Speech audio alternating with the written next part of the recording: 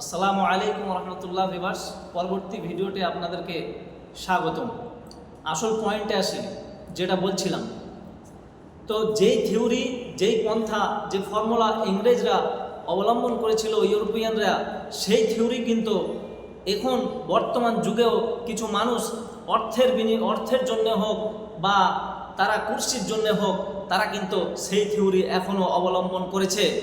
জাত ভেদাভেদ সৃষ্টি করেছে, মানুষের ভাষা নিয়ে তাদের মধ্যে দ্বন্দ্ব সৃষ্টি করেছে, উঁচু জাত নিম্ন জাত নিয়ে তারা কিন্তু তাদের মধ্যে বিশৃঙ্খলা সৃষ্টি করেছে এবং হিন্দু মুসলিমের বিভেদ সৃষ্টি করে দিয়েছে, সম্প্রীতিটাকে একদম বিশৃঙ্খলায় রূপান্তরিত করেছে। আমরা টুপি দেখলেই আমাদেরকে কেন বাইরে গেলে মার খেতে হবে, ভাষার জন্য কেন বাইরে গেলে মার খেতে হবে? সারা ভারতবর্ষে আমাদের ব্যবসা বাণিজ্য করার রাইট রয়েছে। আমাদের সংবিধান এটা আমাদেরকে শিক্ষা দেয় না যে আমি অমুক রাজ্যে যে আমি খেতে পারবো না, আমি ভারতবর্ষের বিদেশে যে আমি পয়সা উপার্জন করতে পারি। অথচ আমার দেশের মধ্যেই, আমার পশ্চিম বাংলা থেকে আমি গুজরাট গেলে, আমি উড়িষ্যা গেলে, আমি বিভিন্ন জায়গায় গেলে আমাকে কেন মার খেতে হবে?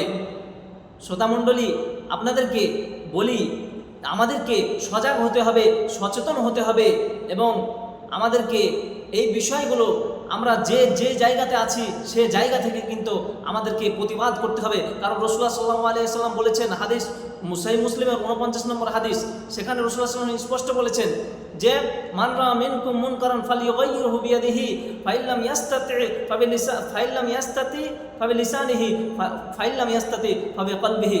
অর্থাৎ যে ব্যক্তি অন্যায় দেখবে সে যেন কি করে? সে যেন হাত দ্বারা বাধা দেয়, যদি সেটা তার দ্বারা সম্ভব না হয় সে যেন তার মুখ দ্বারা বাধা দেয়, যদি সেটাও তার দ্বারা সম্ভব না হয় তাহলে সে যেন তার অন্তর থেকে ঘৃণা করে।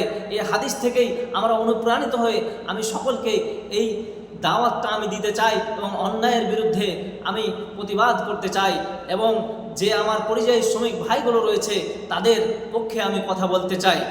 দেখুন, সারা ভারতবর্ষ যখন স্বাধীনতা লাভ করেছিল, সেই টুপিওয়ালা বলুন আর হিন্দু বলুন, মন্দির মসজিদে বায়াত করেছিল যে ব্রিটিশদেরকে ভাগাও, হ্যাঁ ব্রিটিশ মুক্ত দেশ করো। এইভাবে কিন্তু তারা দেশ থেকে তাদেরকে বিতাড়িত করেছিল। আমরা ভাই হয়ে, সেই হিন্দু মুসলিম ভাই হয়ে আমরা কিভাবে সম্প্রীতির ভাষা না বুঝে আমরা একে অপরের মধ্যে আমরা কিভাবে আঙুল তোলাতুলি করতে পারি, কিভাবে আমরা মারামারি হানাহানি করতে পারি?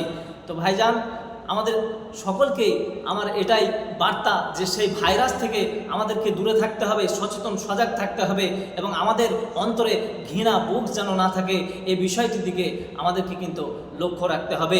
আসসালামু আলাইকুম ওয়া রাহমাতুল্লাহ।